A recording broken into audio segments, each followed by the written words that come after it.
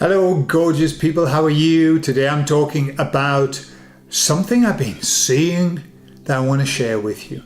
I'll tell you all about it on the other side.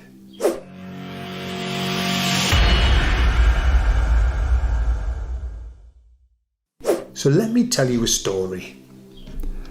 When I was in my 20s, I was in a band, and the band was called Tuva, T-U-V-A. Yes, strange name, strange band, filled with strange people, me being one of them. And we used to, it wasn't a big band, and we did a little bit, and we did a little bit of an album and stuff like that. But in the band, there was a guy we had a few band members. One was called Chalky, okay? And the other one was called Yeti, right? And then the other one was called Holly. And I was called Gordon, right? So Chalky, Yeti, Holly, and Gordon. I didn't have any E sound on my name. And Gordy, it's just not working, is it? So I was Gordon. Anyway, that was a long time ago. It was 40 years ago, more or less. And not so long ago, Yeti, who was the drummer, he got in touch with me on Facebook and just said, "Hey, Gordon, why did you never have a Y on your name?" He said, "Hey, how are you? How's things?" And "Hey, it's lovely to hear from you. What are you up to?" Well, he still lives in the same town. He hasn't moved and stuff like that. But let me tell you about Yeti. Yeti had a bit of a look about him at the time. He would wear a bit of a bandana. He had long hair, red hair. He dyed it red. Very nice. He was an attractive guy, tall, slim, used to wear tight jeans. He looked a bit like Jim Morrison. And he was a drummer. And he was sexy with it. So, much to my surprise, when I clicked, if you haven't seen somebody for 40 years, never click on the photos. This is what I've learned. Why? Because it reminds you of how fucking old you are.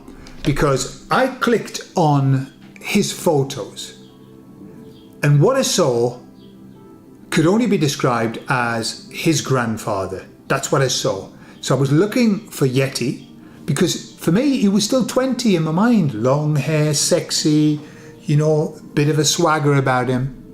And what I saw was a bald man with a big belly, glasses, and grey hair. That's what I saw. He looked like he'd shrunk by about 5 foot. And I was thinking, what happened? How can that happen? How can we go from super sexy to grandfather material in 40 years? But it's happened. It happened to him. And lovely guy. Anyway, we were chatting and we connected, and that was it. Okay. And not only that, right? Yeti got all the girls, all the gorgeous girls. He had gorgeous girls around him. He had groupie girls and everything. And now he has married somebody who would be the antipathy of who he might go out with. Not one of the most attractive women. And I'm not being ugliest. She's not particularly attractive, but he loves her. There you are. And isn't it funny how we change, and how people change, and how our expectations change as we get older. Anyhow, just 2 days ago, right? So he's there in Blythe, in the northeast of England. And I see on his Facebook, I don't go into Facebook, but sometimes when I'm posting for the business, I have to look at some things. And there he was with his wife in church, getting baptized, right? And everyone was saying, "Congratulations on getting baptized." And he put, "Jesus is the Savior."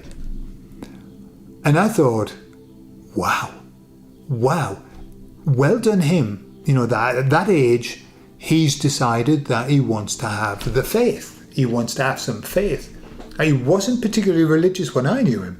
Now, this is anecdotal, and I think the new woke society, if you say anything about a story about anybody they have a different expression. If you know it, put it in the comments. It's like something story, isn't it? Don't tell me your your own life story, as I don't know, something like that. But basically, that's an anecdotal story. This is an anecdotal story, but it's something that I see a lot. I'm seeing a lot. People suddenly wanting to get faith. I know we talked about it. Somebody who's just new to the channel, and I don't know if she'll watch this video, Blanca from Pamplona. Okay, we've worked in our Spanish business, we've worked with Blanca for years and years and years. What I don't do is I don't tell people what I do on this channel in my other business. It's just not the forum, it's not appropriate, and I don't want to, some people get a shock. I do, because this is pretty woo-woo in this side. This is the woo-woo side of my life. Anyway, Blanca, I posted a post from Peaceful Rebellion accidentally on my Spanish LinkedIn page. And she saw it. And she went, oh my God, I didn't know you did things like that. And I instantly took it off, obviously. But it wasn't a bad one. It was okay. But it's just not. You want to keep them separate. So anyway, Blanca came and she's joined the group. She was saying she's on a spiritual journey. She's working, starting to work on herself and look at her life and everything like that. So beautiful. Anecdotal story. But I know loads of people like that. Loads of people that are starting to want something more. So I was asking the emissaries about that. And they said, yes, this return to God is happening. But what they said is that we want depth in our lives. We all want depth, because a life without any depth is meaningless. It's shallow. And what they're saying is that before, lots and lots of people put their faith in the structure around us, in society. But what's happening now is the more that time's going by, the more people are seeing that there is no depth to it. We used to think it was deep. We used to think when a politician was making these decisions, they were thinking deeply about our interests. Bollocks. What a load of rubbish. They're not thinking. They're just reading off a scorecard. They're reading off a teleprompter, and somebody else writes it for them. There's no depth. And so everybody's saying that this world is totally shallow. So where they would project that, I get my depth from society and science and all of that, they're realizing it's based on nothing. And so they've got all this need to find depth. Well, where do you turn? If you can't turn to the world for finding depth, what's left? The only thing that's left is to turn to spirituality. The only place to turn is to turn to God, whatever that means to you. And that's what's happening, that people are being disillusioned. They're being disappointed. And they're going, well, what am I going to do with all of this faith, all of this need for depth? And that's where they're going. They're going off on their journeys. And hey, everybody's journey is different. And whatever journey you're on, bless it. Beautiful. Let nobody tell you that your journey is not the right one. It's the right one for you. But it's always a journey into profundity, into depth. That's beautiful. And there's nothing deeper than God. That's for sure. Now, on a lighter note, I saw something the other day which I thought was humorous. There's a man called Cuomo, and I think he has a brother as well. One of them did something somewhere, like as a mayor or whatever, and the other one was working on CNN. Well, the one who worked on CNN, Cuomo, during the height of the plan-stroke-demic, he was making fun of people who were taking that ivermectin drug.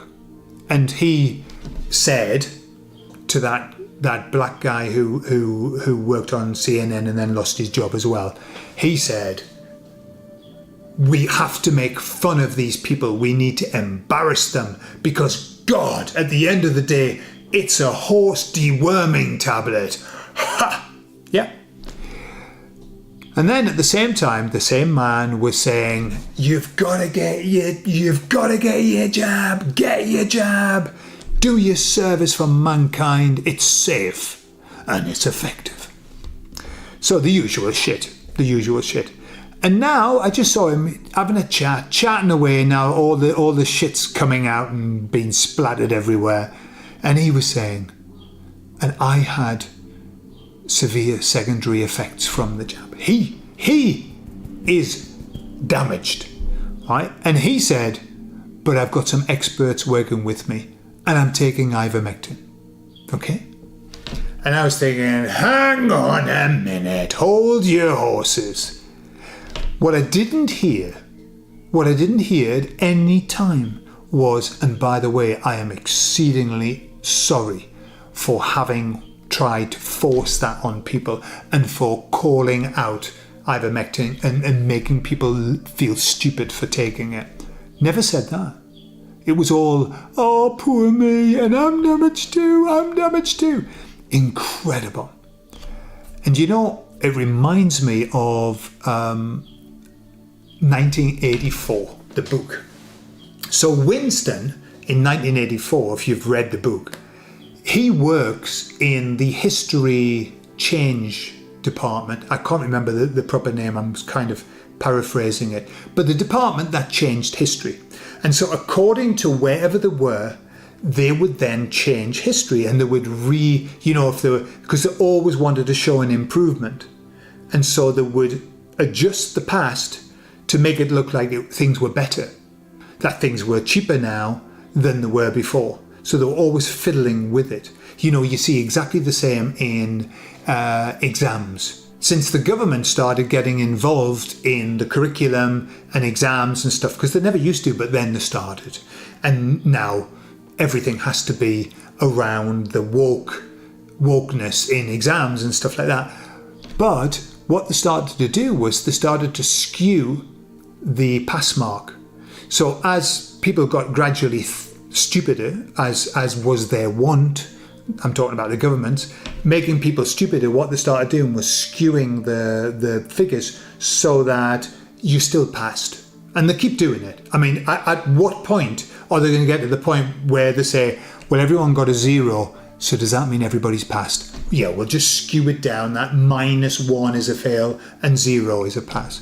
I mean, it's getting dreadful.